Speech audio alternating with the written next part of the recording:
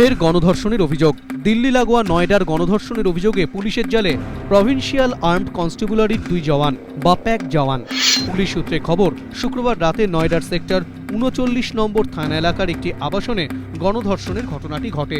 অত্যাচারের পর দুষ্কৃতীরা নির্যাতিতাকে মারধর করে বলেও অভিযোগ। বছর 35-এর ওই মহিলার টাকা, মোবাইল এবং এটিএম কার্ডও কেড়ে নেয় দুষ্কৃতীরা। পুলিশের দাবি, আবাসনের বাইরের সিসিটিভি ক্যামেরার ফুটেজ থেকে ছিনতাইয়ের ঘটনার প্রমাণ মিলেছে। শনিবার সকালে পুলিশে অভিযোগ জানান নির্যাতিতা।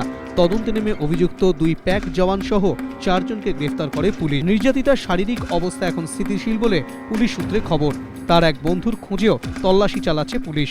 ধৃত 2 প্যাক জওয়ানকে সাসপেন্ড করেছে উত্তরপ্রদেশ পুলিশ।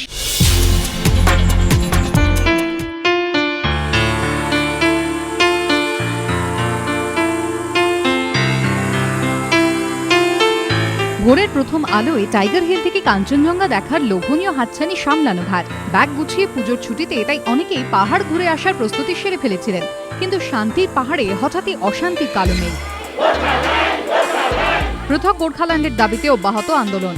বুকিং করেও অনেকেই তা বাতিল করতে শুরু করে দিয়েছেন। এই পরিস্থিতিতে নয়াদিল্লিতে বণিক সভা, সিআইআই ও রাজ্য পর্যটন দপ্তরের যৌথ উদ্যোগে বেঙ্গল বিকন্সের মঞ্চ থেকে দেশ বিদেশের পর্যটকদের ফের রাজ্যমুখ হওয়ার আবেদন জানালেন পর্যটন মন্ত্রী কৃষ্ণেন্দু নারায়ণ চৌধুরী। তাঁর আশা, পর্যটন শিল্পের স্বার্থেই পাহাড়ে আন্দোলন থেকে সরে আসবে গোর্খা জনমুক্তি মোর্চা। পর্যটন মন্ত্রী বলেন, দেশের 29টি বড় উৎসবের মধ্যে অন্যতম দুর্গাপুজো।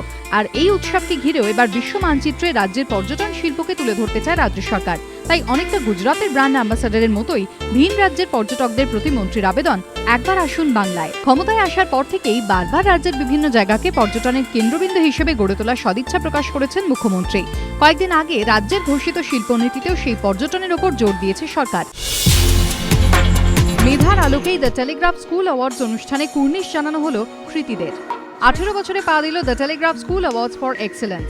প্রতিবারের মতো এবারও সেরা কৃতিত্বকে কুর্নিশ পুরস্কৃত করা হলো মেধাবী ছাত্রছাত্রীদের। পাশাপাশি স্কুলের সামগ্রিক পারফরমেন্সের নিরিখেও দেওয়া হলো পুরস্কার। সেরা স্কুল নির্বাচিত লা মার্টিনিয়া ফর গার্লস এবং MC কেজরিওয়াল বিদ্যাপীঠ।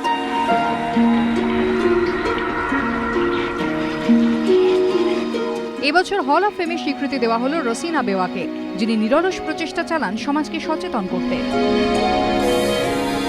আর্থিক অনটনের পাশাপাশি নানা প্রতিকূলতার বিরুদ্ধে লড়াই করে যে সমস্ত ছাত্রছাত্রীরা বিভিন্ন পরীক্ষায় ভালো ফল করেছেন, তাদের কৃতিত্বকেও এদিন কুর্নিশ জানানো হয়। সম্মানিত করা হয় তাদের অভিভাবকদেরও। 1996 সাল থেকে যে কর্মকাণ্ডের শুরু, তাকে আরও এগিয়ে নিয়ে যেতে প্রত্যয়ী দ্য টেলিগ্রাফ এডুকেশন ফাউন্ডেশন। এদিন কুর্নিশ জানানো হয় শুটিয়ার প্রতিবাদী বরুণ বিশ্বাসকেও। এবারের থিম বাংলার লোকশিল্প। The Telegraph School Awards for এক্সেলেন্সের মঞ্চে উঠে এলো ছৌ, লেটো গান, যাত্রা, ভাওয়াইয়ার মতো বাংলার 9 ধরনের লোকশিল্প।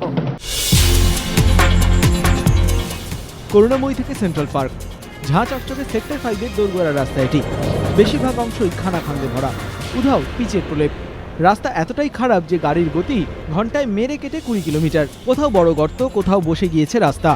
পিচ উঠে গিয়ে বেরিয়ে এসেছে ইট, পাথর, বালি। ঝকঝকে রাস্তা পেরিয়ে 2 চাকা 4 চাকার গাড়ি এসে পড়ছে খানাখন্দে। বাস যাত্রী হন বা নিজস্ব গাড়ির সওয়ারি, সবার একই দুর্ভোগ। কবে মুক্তি মিলবে বেহাল রাস্তা থেকে?